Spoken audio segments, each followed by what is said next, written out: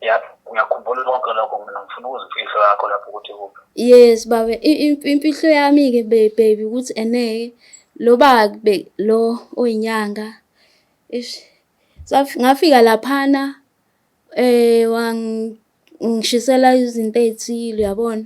Wayese efaka something wayesethi-ke ukuthi ngikwazi ukuthi ngibambe uma ngilala or ngikhulelwe kumele ngicale ngilale naye, kodwa lento ofunela ayifake.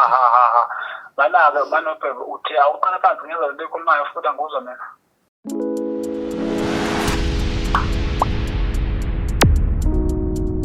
Sanibingelela ababukeli be-Blaqlife TV kwesinye isiqephu sethu esithi sikhipha izimfihlo. Nihleli nentombi yakwenu uLongstar. Namhlanje sihleli noThando othi unodaba afisa ukukhipha. Sawubona Thando. Yebo sawubona sisi, njani? Unjani? Ngiyaphila, njani? Ngiyaphila. UThando akaba isibongo? Nkosi sisi. Okay. Thando Nkosi, ngisacela ubingelela ababukeli ekhaya usichazele ukuthi uThando ubani, uphumaphi. Sanibona babukeli, uThando okaNkosi, I'm from eSwaziland, ngazalelwa eMbabane. So ngilapha nje e-KZN ngokuthi ngashadela khona. Oh, washadela la e-KZN, so umSwati. Yes, Siqu sakho siphume eBaswatini. Siqu sami, igazi lami, nguyena Mbamba, but mina ngiyasishaya isiZulu, yangiva nje. Hayi asibonge. Thando, uma uhlalile sihlalo sokuthi sikhipha imfihlo, ngabe ungafisa usichazele ukuthi ithini le mfihlo? Yo, ngiyafisa kakhulu ukuthi ngiyichaze ukuthi ithini, so that ngikwazi ukuthi ngikhululeke emoyeni wami, because iyangihlupha kakhulu, yabo lena. Iyakuhlupha. Yes, as ngikhuluma manje ngiyezwa ukuthi ngiyajuluka. Hayi ngiyakubona uyabhaquza la esihlalweni. Yes. Imfihlo le ufuna ukuyitshela ba umyeni wakho ngoba ngikuza ukuthi ushadele la kaZulu? Yebo, imfihlo ngifuna ukuyitshela umyeni wami. Ade kude sichubeke kahle empilweni yena. Angikwazi ukuthi ngilale kahle, so about that. Ungakwazi nje ukuthi briefa kancane ukuthi imfihlo imayelana nani? Yes. Okay. Shuthi ene sina 2 years nomyeni wami sishadile yabo lonto. So besingabatholi abantwana. Okay. So noma ke wakhe ngalana sakaqala ukukhuluma into etiningi like angizali, all those things. So ngokuthi eneke umyeni wami usupportive. Wayese like angitshela ukuthi no kunobabe ke vele uyinyanga wakhona la ekhaya uyabasita ngezinto etiningi, so kumele ngiye khona kuyabo lonto. Okay, ngicela ukuphula ulimi. Ubabe angithi ubukhuluma isiSwati ngenzeka ukuthi ababukele ekhaya bawuzwe ukuthi uthini, like oyinyanga usetshenziswa umndeni. Yes, iyasita khona la emndenini. Yebo. Oh, okay. So ekuyeni kwakho kubabe kuyocela ingane, ubaba bazi ukuthi uya kuyena? Yes, ake ngithi kude bengive kahle ubaby ke. Yeah. Uyena owasho ukuthi no angiye kulo babe lo ukuthi akwazi ukuthi angiside sithole. Ukwazi ngithole ingane. So ke ngaya ke. So kwasho ukuthi ke kumele ngiye ngiyi-one, you understand, because umuntu ohleti abusy yabo. Hlezi busy. Okay. Singakadalula imfihlo le ngoba sisazomthinta ubaba. Ubabe uba isibongo. Ubabe lo wakwami. Yes, lo wakwakho. Ungcobo. Yes. Mapholobo. Fude. So mawuse simfonela umtshela lemfihlo, umuntu kanjani? Ucabanga ukuthi uzokwazi ukuyireceive, uzokwazi ukunderstand? Ngalapho ke angathi ukuthi uzo-react kanjani, cause ngiyathi ukuthi ngeke angakwadi vele, uyabona? You understand?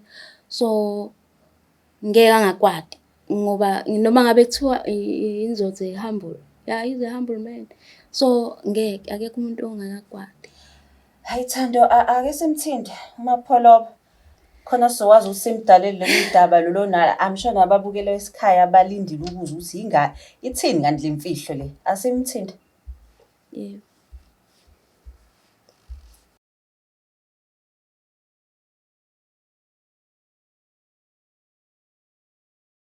Lunjani uva? Likhona kakhulu yo.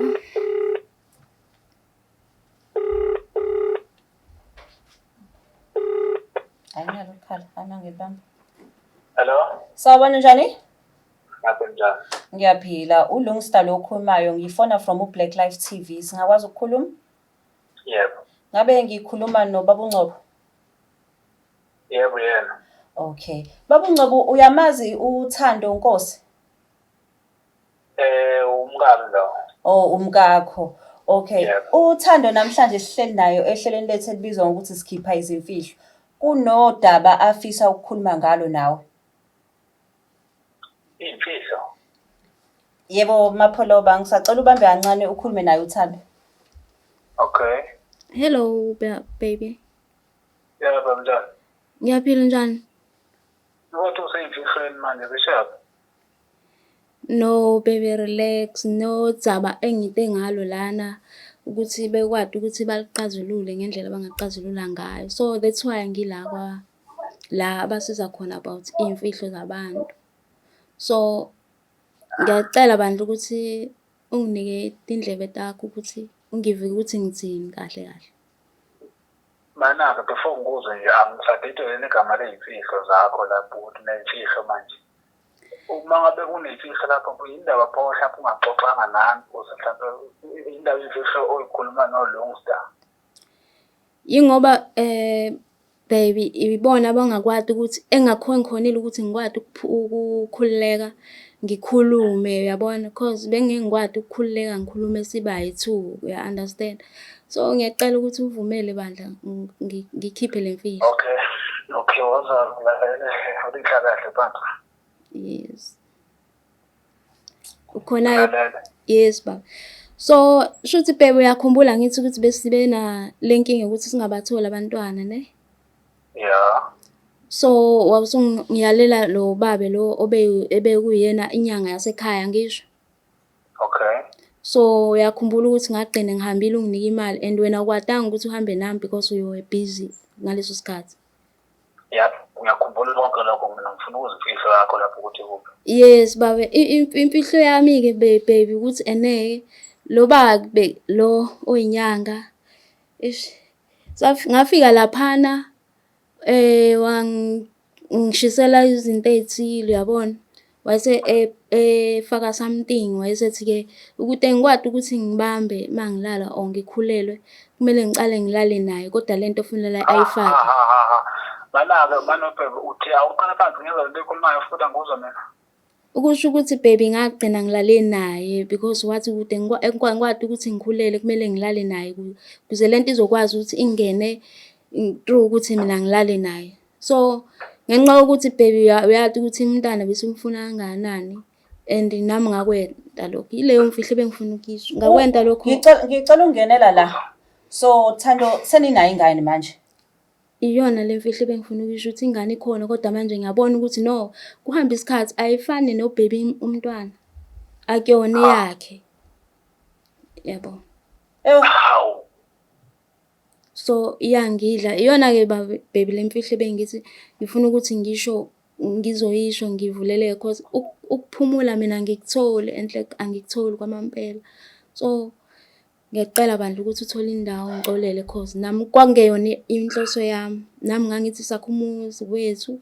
So lo babe awumancane lapho usukhuluma kakhulu ngisakwazi nje ukuthi ngibuze imibuzo. Manje usho ukuthi ukhumbulani wami lo ngoba sekhula kangaka nje sokundoda endala namhlanje wena uzongitshela manje ukuthi akuyena uchaza ukuthini into ekhulumayo indaba umqomeni lo baba inyanga lo ngangihamba kuyena. Angimqomanga baby, kwaba ilolo suku lolo ongangiye kulona othi angiye ngalo salala because of nami nginethemba lokuthi vele kokwenteka the way inyanga esho ngakhona ngoba yathi angilale nami. So ngoba ukuthi ngangiconfused ke nami I did that. Baba Ngcobo. Yebo. Uyayazi wena lenyanga? Lalela sisi lenyanga ibini kusenesikhathi esibenyisiza la ekhaya izinto ngendlela yakho leqondile. Into engisolayo mina ufike waqoma lo laphana inyanga yayiqoma inyanga njengoba sengitshela lento angitshela njengamanje. Manje ngithi-ke mina ayikho inkinga lento ayikhulumayo umphetho wodwa lento ayikhulumayo. Into engizoyenza kufanele ngithathe yena sihambe sekuyo khona ngizamchazela kahle impilo ngoba angizwa ngoba khuluma efoni nje oqala nje ukuyikhuluma la kimi lento le. Okay. Kodwa sihambe sokhuluma naye. Ehlisa umoya baba uNgcobo, ngithi ke nasi yakha la asibhidlizi senzela ukuthi umndeni wakwaMaphaloba ube right. ingane uKhumlane mayikhula wena ukwazi ukube khona into oyibonayo noma owusho ukuthi hayi phela lokho angikuboni kufana nolwa la ekhaya. Uyabo nje mhlawumbe nawe mangabe ukuthi ngoba ngizobona isimo sakho kodwa mangabe ungasifuni kakhulu indaba ukuthi mhlawumbe lokho nakazinto eziningi kunzima mina bekunenjabulo nje phela ukuthi nengane yomfana uKhumlane igama layo so bengijabulela lokho maye sibe sengijelile mhlawumbe sengazoqala ngibone lokho kodwa nje akazicabange mina ukuthi lo muntu ungathiwa futhi akenwa la ekhaya. Okay, manje uthando lakho for uKhumlane luzoshintsha? Hey, uyabona nje sisi angikwazi nje ukukhuluma yonke lento manje angazi lutho nje mina njengamanje angikwazi nje ukukhuluma lutho angazi lutho so ukhuluma kodwa nalo siso lapho ngoba manje ngiyazi yonke lento engitshelayo so sofika khona ekhaya sixoxe kahle. Okay. Baba uNgcobo. Yebo. Okukodwa nje esidinga ukuthi ukwazi ukuthi uBlaqlife TV awuzile ukuzobhidliza uzokwakha. So ninothando sizona offerisha counseling ukuthi kube khona umuntu oyiprofessional otrainiwe kulomkhakha ukuthi akwazi ukuthi yena anisiza akhulume nani nikwazi ukuthatha inqumo eziright. Mana manje angisakuzwa nawe mina indaba zenu angihlangani nazo ngoba futhi benixoxile nihlangene lo nonke lapho nihlangene ngalento nikhuluma mina into engifunayo manje lo muntu olapho lo zohamba senaye sekunenyanga la ekhaya uzongichaza kahle yonke into ngazi ukuthi kwala ngoba futhi ahlahle ngesilima mina sonke lesikhathi mina. Thando ufisa ukuthini kuNgcobo? Ngifisa ukuthi umyeni wami bandla ayithole indzawo yokuthi angixolele kodwa-ke noma kangena. Ayikho soxolela mase sibuya enyangeni ayikho indawo nje angifuni ukukhuluma lutho. Awufuna ukukhuluma lutho? Mr. Ngcobo. Mase nihambile nayo uthando naye enyangeni nina ubudlelwane beni buzoma kuphi? Ngoba ngisho nje sesithi angikwazi ukucabanga ukuthi njengamanje futhi baba yini sobe sikhuluma ngoba manje nani nikhuluma ngezwe kahle baba yini. Mr. Ngcobo. Thando. Yebo. Walivala ucingo mapho lapha. Imshayile lento. Kakhulu. Wena uzizwa unjani? Mina okwamanje ngiva ngikhululeka umoya cause bese kuyimfihlo ebilokhu ngidla every day cause umntana ngiyambona ukuthi uyakhula no and bazwana kakhulu. Bayazwana. Yo. And then wena mawubuka umshado wakho umiphi? Ngiyathemba ukuthi nofuze ngangixolela ngoba kwangeyona inhloso yami. Nami ngadzitseka nje ngaleso sikhathi wathi umuntu angilale naye.